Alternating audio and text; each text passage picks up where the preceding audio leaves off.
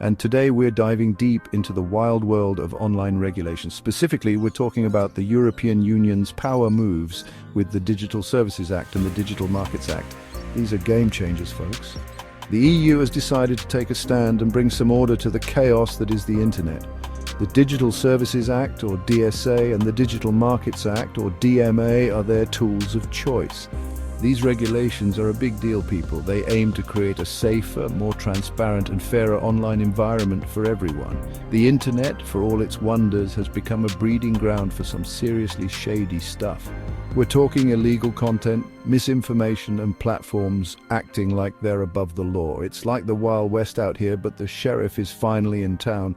The EU, tired of the chaos, decided to step up and lay down the law. The DSA and DMA are all about creating a safer and fairer online experience for everyone. They aim to hold platforms accountable and ensure that users are protected. Think of it like this. These acts are here to clean up the digital streets. They're setting new rules and standards for how online platforms should operate. The goal is to make the internet a better place for everyone, whether you're a casual user, a content creator, or a business owner.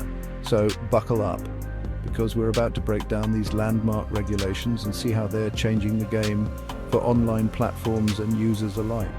It's a new dawn for the digital world, and we're here to guide you through it. Stay tuned as we explore the ins and outs of the DSA and DMA and what they mean for the future of the internet. Let's get started. First up, let's talk about the DSA, or the Digital Services Act. This act is all about setting clear rules for online intermediaries, from social media giants to e-commerce platforms and even cloud service providers. It's a comprehensive framework designed to ensure that the digital space is safe and fair for everyone. No one gets a free pass. The DSA mandates that all platforms, regardless of their size, must adhere to these rules. The DSA's main message is simple. With great power comes great responsibility. This means that the larger the platform, the greater the responsibility they bear. Platforms can no longer turn a blind eye to illegal content like hate speech, counterfeit goods, or terrorist propaganda. They are now obligated to take action. They actually have to do something about it. This means implementing effective measures to identify and remove such content.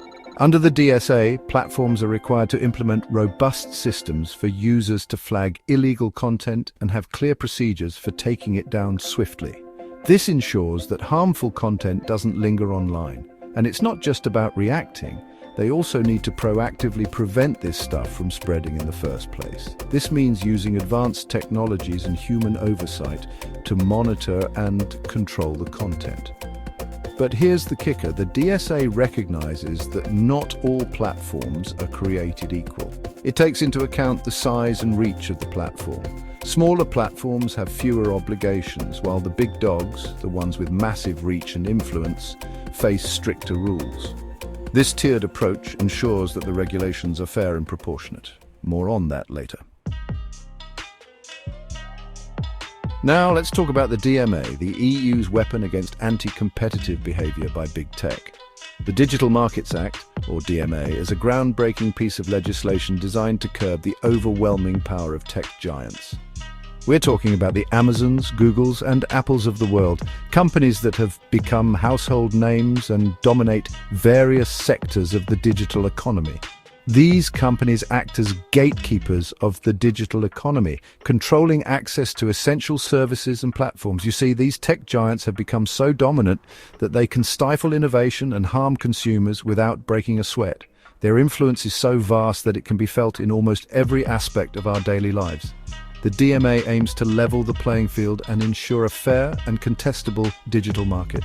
It seeks to dismantle the monopolistic practices that have allowed these giants to thrive unchecked. How does it do that? By setting clear rules and guidelines that these companies must follow, by imposing specific obligations on these gatekeepers. These rules are designed to prevent unfair practices and promote competition. For example, they can't favor their own products and services over competitors. This means that smaller companies have a better chance to compete, or use data they gather from users on one platform to gain an unfair advantage on another. This ensures that user data is not exploited for anti-competitive purposes. The DMA is all about preventing these companies from abusing their power. It's a step towards a more balanced and equitable digital landscape, and ensuring that smaller businesses and startups have a fighting chance in the digital arena. This is crucial for fostering innovation and diversity in the market. It's about time someone put these tech titans in check. The DMA represents a bold move towards a fairer digital future for everyone. One of the key things to understand about both the DSA and DMA is that they adopt a layered approach to regulation. This means that the obligations imposed on a platform depend on its size, reach, and impact on the digital ecosystem. Think of it like a tiered system. At the bottom, you have smaller platforms with limited obligations. As you move up the ladder, the stakes get higher, and so do the responsibilities. This ensures that the regulations are proportionate and don't stifle innovation by overburdening smaller players. This asymmetrical approach is crucial because it acknowledges that a one-size-fits-all model simply doesn't work in the diverse and ever-evolving world of online platforms. It's about finding the right balance between fostering innovation and protecting users. Section 5, the long arm of the DSA, obligations for VLOPs and VLOSes. Now let's talk about the big leagues. The DSA reserves its most stringent obligations for what it calls very large online platforms and very large online search engines. These are the heavy hitters of the internet, the platforms with over 45 million active users in the EU. We're talking about the likes of Facebook, Google, Amazon, and TikTok, platforms that have become integral parts of our lives because of their massive reach and influence. The DSA imposes additional obligations on them to mitigate systemic risks. This includes things like conducting regular risk assessments, taking measures to prevent the spread of disinformation and illegal content, and being more transparent about their algorithms and content moderation practices. Basically, the EU is saying, with great power comes great responsibility, so step up your game. Section 6, protecting the vulnerable children and targeted advertising. One of the most commendable aspects of the DSA is its focus on protecting vulnerable users, particularly children. The internet can be a dangerous place for kids, and the DSA takes concrete steps to make it safer. For starters, the DSA outright bans targeted advertising aimed at children based on their personal data. That means no more creepy ads following kids around the internet, trying to exploit their vulnerabilities.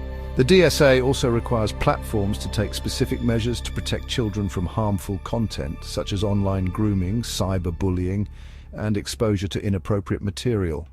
It's about time someone stood up for the digital rights of our kids. Section 7. Transparency is key, shedding light on algorithms and content moderation. For far too long, online platforms have operated in a black box, their algorithms and content moderation practices shrouded in secrecy. The DSA shines a light on these opaque processes, demanding greater transparency and accountability. Platforms are now required to provide users with clear and concise information about how their algorithms work, how they decide what content to promote or demote, and how they handle user complaints. It's about giving users more control over their online experience. The DSA also empowers users to challenge content moderation decisions, providing mechanisms for redress and out-of-court dispute settlement. It's about ensuring that users have a voice and that platforms are held accountable for their actions. Section 8. The global impact of the EU's digital rulebook. While the DSA and DMA are EU regulations, their impact is felt far beyond the borders of the bloc. These groundbreaking acts are setting a global standard for online regulation, inspiring similar initiatives in other parts of the world. From Brazil to Japan, countries are looking to the EU's example as they grapple with the challenges of regulating the digital space. The DSA and DMA are becoming the gold standard for online safety, fairness, and accountability. This is a testament to the EU's leadership in digital regulation and its commitment to creating a safer and fairer online environment for everyone. The message is clear. The Wild West days of the internet are over. Section 9. The future of online regulation, a constantly evolving landscape. The DSA and DMA are landmark pieces of legislation, But they are not the finish line. The digital world is constantly evolving, and online regulation needs to keep pace with these changes. As new technologies emerge and new challenges arise, we can expect to see further refinements and updates to these regulations.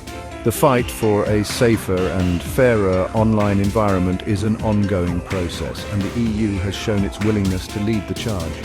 The DSA and DMA are just the beginning of a new era for online regulation, an era where users' rights are protected, platforms are held accountable, and the internet lives up to its promise as a force for good, and that's a future worth fighting for.